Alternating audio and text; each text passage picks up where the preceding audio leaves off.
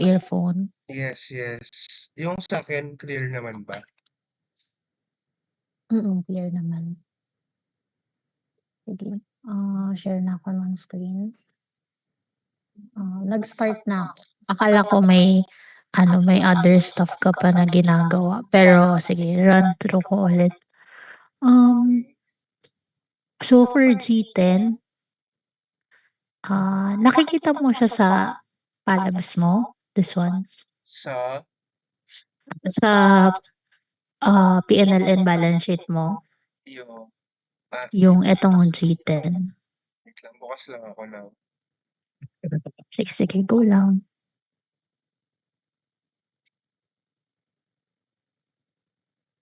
Feel ko naman na open ko yan. Okay, okay. So, same with commodities, yung commentary natin, threshold is 250K per attribution. So, for today, yung total PNL niya is immaterial, same as yung mga attribution niya. So, no commentary for today. So, for the PACs, Pero usually ba, nag-exceed yung ano niya, yung PNL? Hello? madalas immaterial. Sige, sige. Oo. Hello? Rinig mo? Okay. Yes, yes. Okay. Madalas naman immaterial siya. Pero if meron siyang commentary, madalas coming from bonds at saka futures. Okay. Or carry. Ito. Okay. So, for the packs, I think for commentaries, if meron man tomorrow, you can ask help naman para ma-double check. So, PCP1, ay, naka-public ba to? Sige, cross-business, global reporting pack, DTF, ito, debt trading financing, tapos global reporting pack. Check ko kung naka-public ka.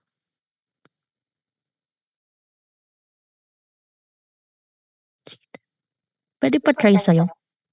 If meron ka nakikita na this one. Sa PCP1. Sige, sige. If wala, ipapa-public ko kay ninyo.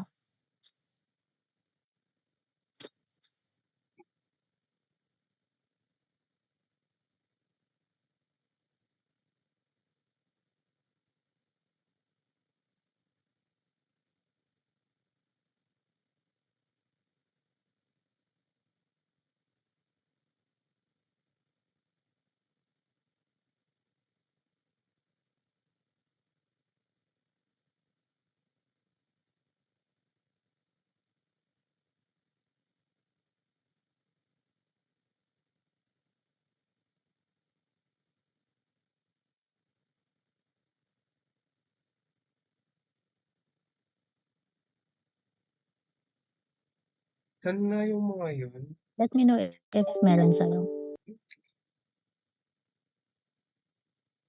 Aling tab ko nga makikita yun ulit? Nakamute ka. Sorry. Aling tab ko nga ulit makikita yun? Sa naka Cross-business. May open ka na ba na global effects? Okay. ayun na.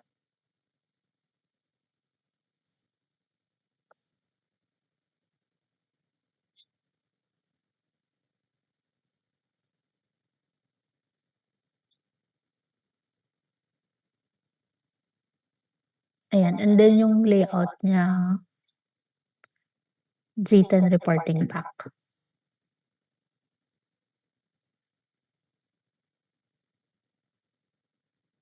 Alin yung i-check ko ulit? Ito, this one, G10. na layout. Oo.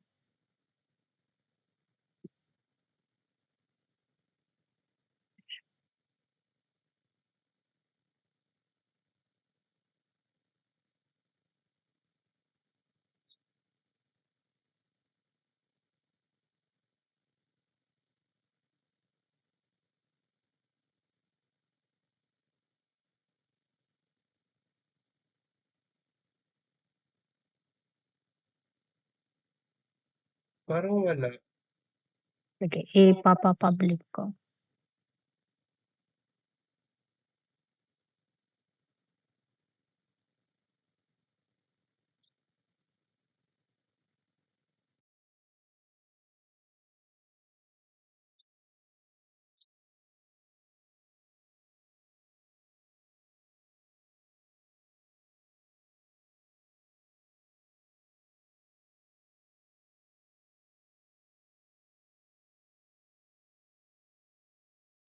Okey.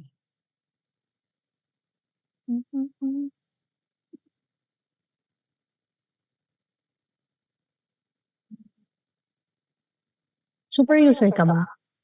Alin yun? Ay hindi, si Miguel Sal.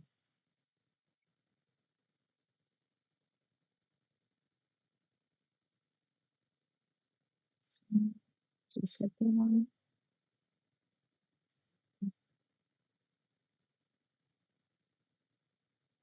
Okey.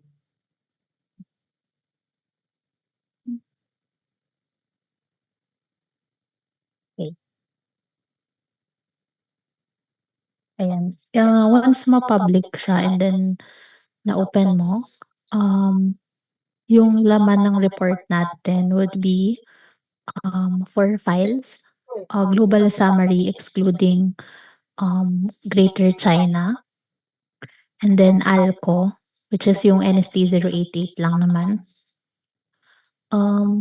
Apat For sila. this 4 sila. Kung mapapansin mo PCP-1 pa yung gamit natin here. Then next is yung actual versus estimate. For actual versus estimate, sa G10 na report kasi included dun yung electronic markets, yung FX brokerage, HSS, other fees and charges, payaway, tsaka GIS. Nakaisang pack lang siya per all. And then global attribution. Ayan. After that one, meron tayong dalawang trader P&L summary that we also need to save. So for this one, valuation control, profit and loss, trader P&L summary, both under FX cash, and then select mo lang G10. And then another one, mag-open ka ng bago pa, isa pang ganyan. This one for electronic markets lang.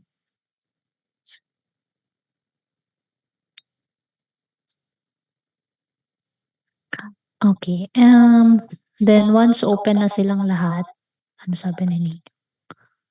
Should be okay. Ayan, pwede pa try ako.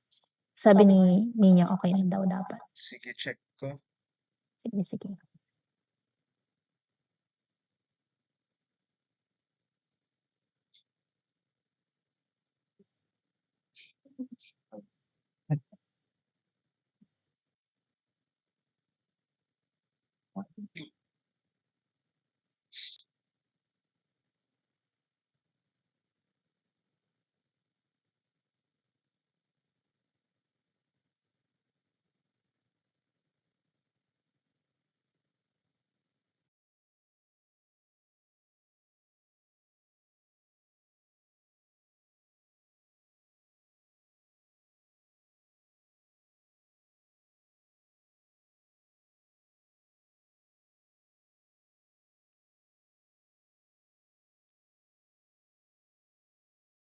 I think kailangan mo mag-open ng bago. Not sure.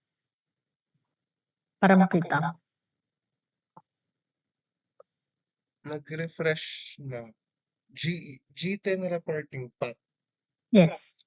Ayan, meron naman. Meron na. Ayan. Okay. So, okay, after trader P&L summary, we do save the files under this folder. Send ko sa'yo.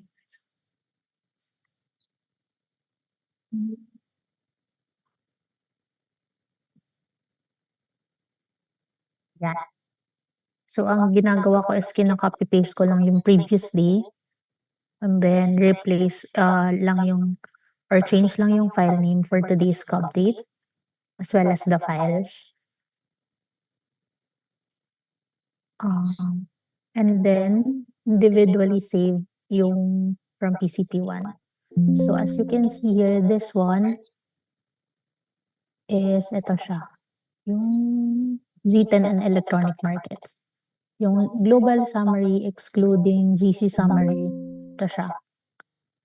Global summary PNL G10 and electronic markets. Next one is ALCO. Ito naman siya. Per actual versus estimate. This one. Global trader estimate. For global attribution, this one. For trader PNL summary, since tig-isa sila for electronic markets and G10. Yan siya. So, for this month, meron tayong minamanual sa trader PNL summary ng G10 since meron tayong ginawang book transfer na ayaw ni FO nakikita yung negative VA from pinaglipatan niya na book. So, 4 to, minamanually na-edit ko siya. Okay. So, I'll share this with you. I think copied ka din naman sa email na to. So, from forward 042 to forward 508 and forward 458 to forward 457. So, 4 sila na libro. Yung value na kinuha ko is yung net revenue to transfer sa PNL and then yung YTD-VA. Okay. So, first one, si forward 042. Unahin natin yung PNL muna. So, 725602. Yung ginagawa ko if ever i-edit ko pa lang siya. Hina-highlight ko lang muna itong dalawang libro. Forward 042 and 508. So, this one. And then, this one. So, pag dinownload kasi natin siya, papakita ko pala, sorry. Nakaganyan siya pagka save natin. Just need to open it. And then G10 start. Sorry, this one. And then under Brian So, si 508. And si Harry. Ayan. Si Harry for forward 042. So, para hindi ako maguluhan, hin-highlight ko muna silang dalawa. Sila muna yung inuuna ko. So, first, revenue ng MTD, yung in-edit natin manually. Okay. So, as you can see, in-edit ko na din kasi siya. Pero, niless ko lang yung PNL galing dun sa email ni Diana. So, this one. Ito siya. Ayan. So, si forward 508, meron siyang positive 706K na PNL earlier. Ilalas natin yung 725,602 sa kanya. So, naging negative na siya. Negative 19K. Sa MTD yan? Apo, MTD. Okay.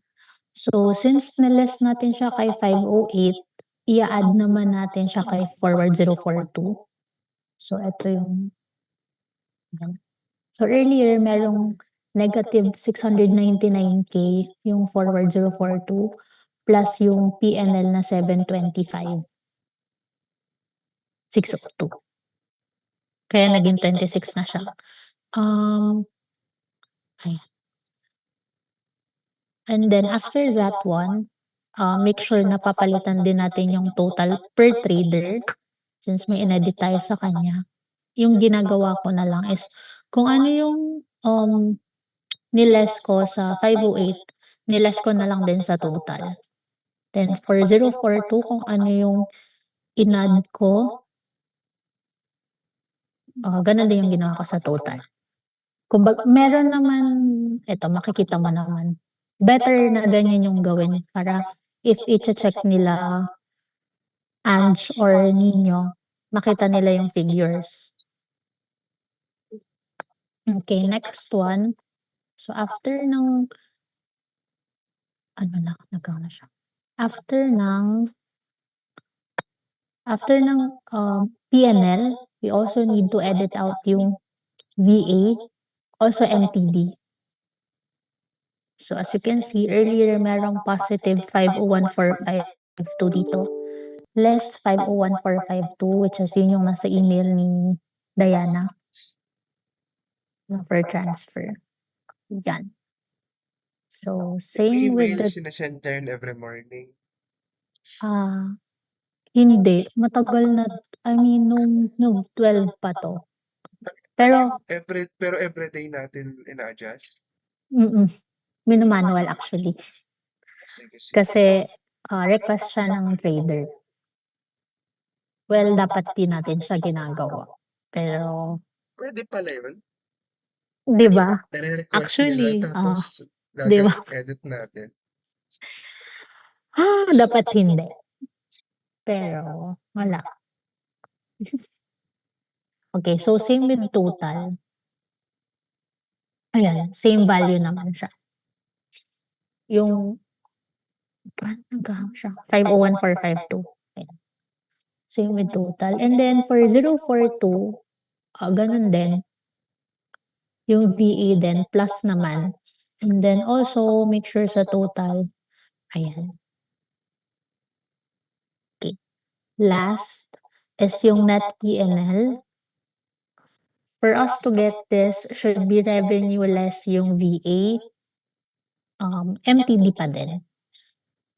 So, finormula ko lang para we can paste din yung formula sa ibang portfolio. Ayan. And then to double check kung tama yung nagawa natin, pumupunta ako sa 3 and then under G10 dino-double check ko yung total ng traders na MTD PNL if pantay ba siya kung pantay ba yang minanwal natin. Eto hindi natin 'to pinapalitan.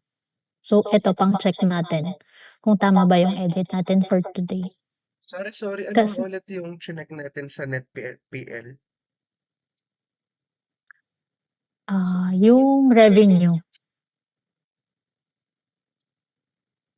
under Brian and Harry na trader for forward 042 and forward 508. Yan yung sa NetPL na Mm, column? yes, Sige, sige. yan yung lagay ko na lang kaya send ko sa'yo.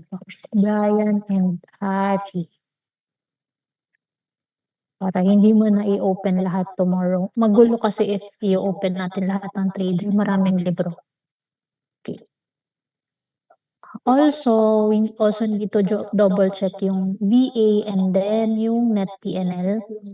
So, basically, binawas natin siya sa isang libro and then inad natin siya sa pinaglipatan. So, dapat yung total na galing sa PCP hindi magbabago.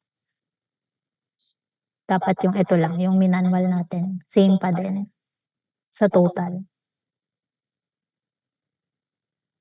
Okay. Next, ano ka? Ano?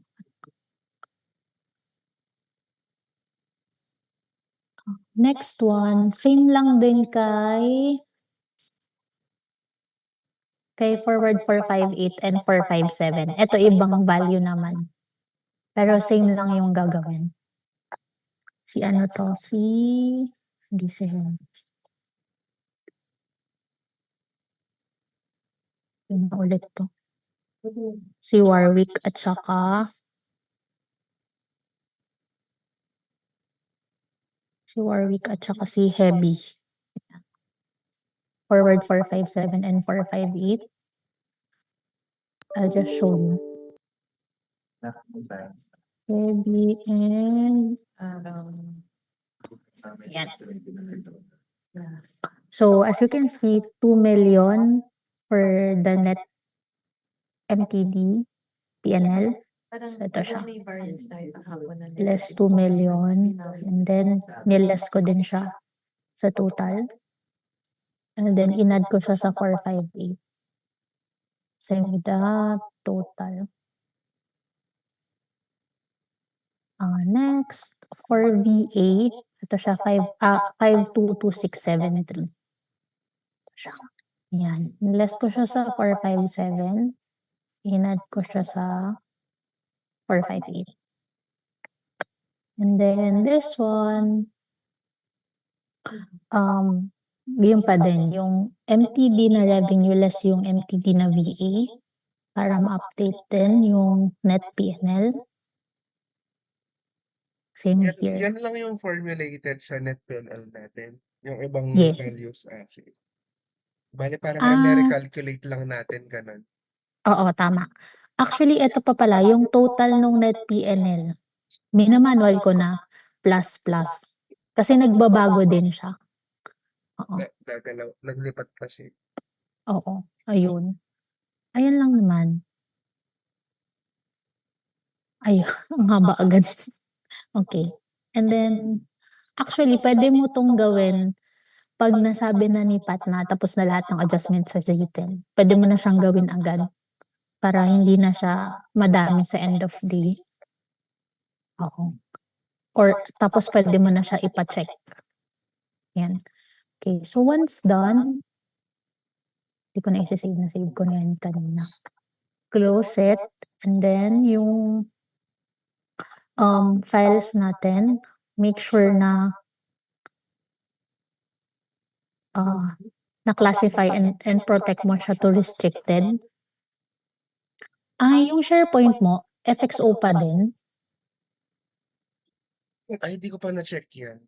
Ay, sige. Pero if ever tomorrow, pwede ka naman help ni Ange or ni Pat mag-upload sa SharePoint. Sige. May access naman sila or kahit sino. Tapos, Okay. paano, ano yan? Paano, kasi pag ako, rinere-open ko lahat, tapos pinapalitan ko lahat ng restricted. Ganun ba talaga? Or pwede yung bulk na edit? Eto, select all, classify and protect. Ang sipag. Actually, ganun din yung ginagawa ko dati. Bagal. Classify and protect, then restricted. Sige. Apply. Ayan, may one failure kasi open yung file sa akin. Pero, na-classify and protect ko siya earlier and then na-save ko na siya here for November. Double check natin. Ayan, restricted naman lahat. This one parang hindi.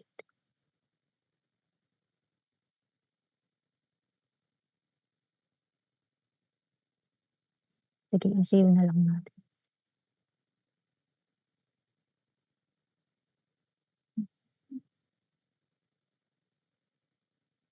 Ayan, restricted na siya. Okay. So, moving on sa mismong email na need natin. First off is the actual versus estimate. As you can see or kung napapansin mo, si EFX 121 araw-araw siyang may variance. Araw-araw siyang nagbe-breach kasi meron silang mga late trades. So before CFO mag-submit, I think 2 PM nagsa-submit na sila ng estimate. Ayan, yung variance nila is always coming from late trades. Okay. And then, pro forma. Ay, hindi ko pa pala naturo 'to. Same lang with FXO and metals, yung layout natin. I-ti-tick mo lang yung include mo si ALCO NSE 088. Under FX cash, si Electronic Markets, si G10, HSS, eto kahit wag na zero naman yan. Payaway, and GIS.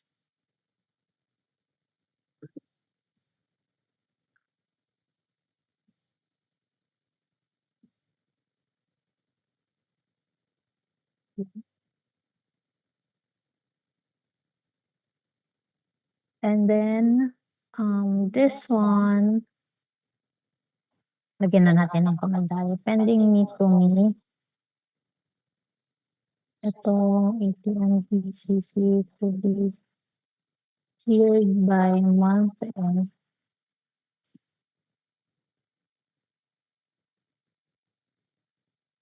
This one is retail.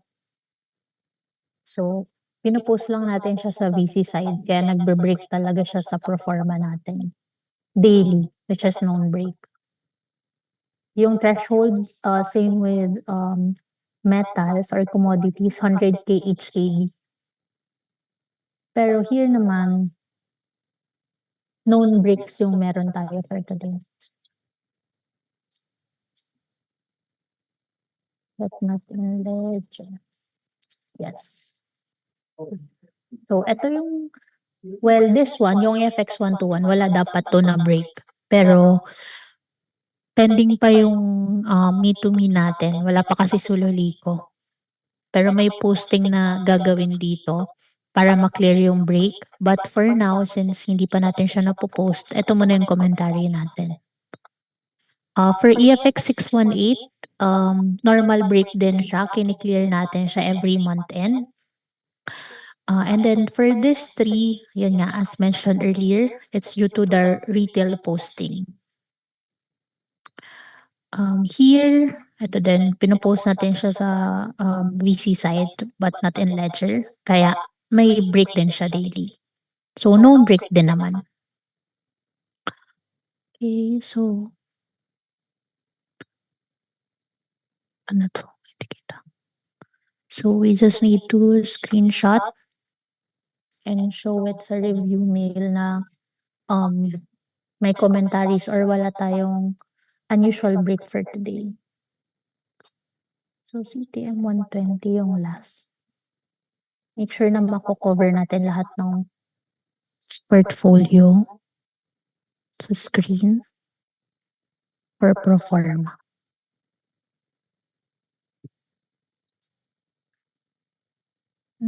Forward 448.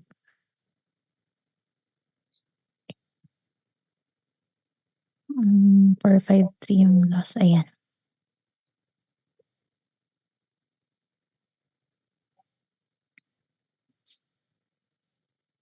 Yan. Next up, yung TCP versus Pegasus reconciliation. So, we just need to print screen or input here yung total no FX cash and GIS na PNL excluding yung electronic, yung emerging markets and yung Greater China na SBU versus yung Pegasus natin. I think yung ganito mo hindi pa complete, no? Yung problem ko ata dyan yung ano, yung 'di ba yung sa ano natin, Commodities lang. commodities, may difference yung sa Pegasus. Sa FX cash. Yung sa FX, nagma-match lagi. Oh, sa buong FX cash? Di ko sure pero yung mga ginagawa ko kay Pat, wala naman naging issue. Yung sa commods lang. Commods lang. Okay. Sige, but here, ito, yung total niya, 803,094 should be same. Alin siya sa ano, alin siya sa Ito, ito. ito. Okay. Make sure lang na even sa EOD or sa Pegasus view mo, naka-remove yung emerging markets at saka Greater China. Kasi excluded siya dito sa report na to. para Bale mag-match tayo. FX cash and ano yung chine-check natin? GI? GIS. Mm.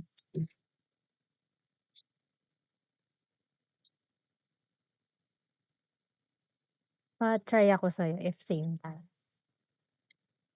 Ba't ganun? Metals lang yun.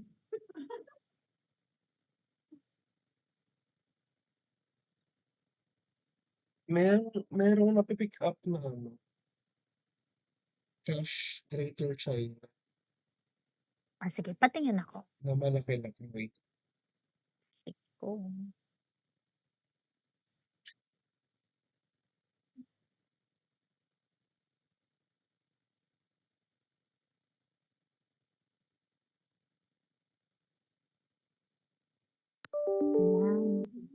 Ayan. Here Ay, i-exclude mo medyo na nawala lang. yung audio mo, sorry.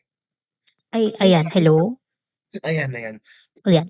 Yan, diyaan exclude mo na lang si emerging markets at saka si Greater China.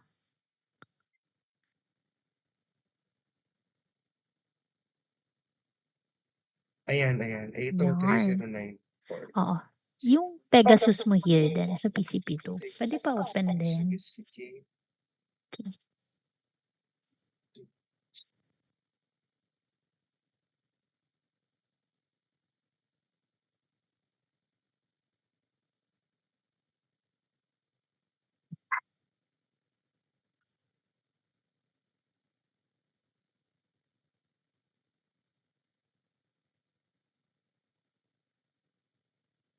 Yan. Wait lang.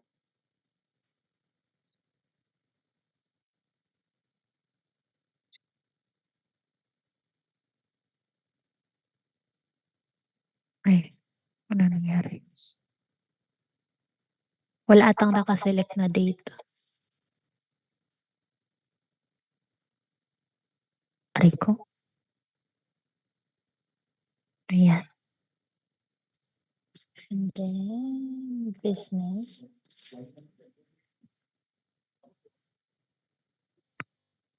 GFX lang yung ano mo access. Okey.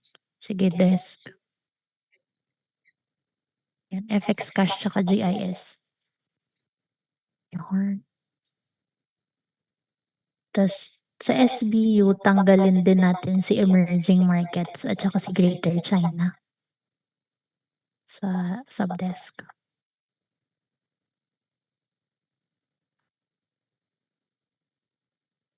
Paano yun?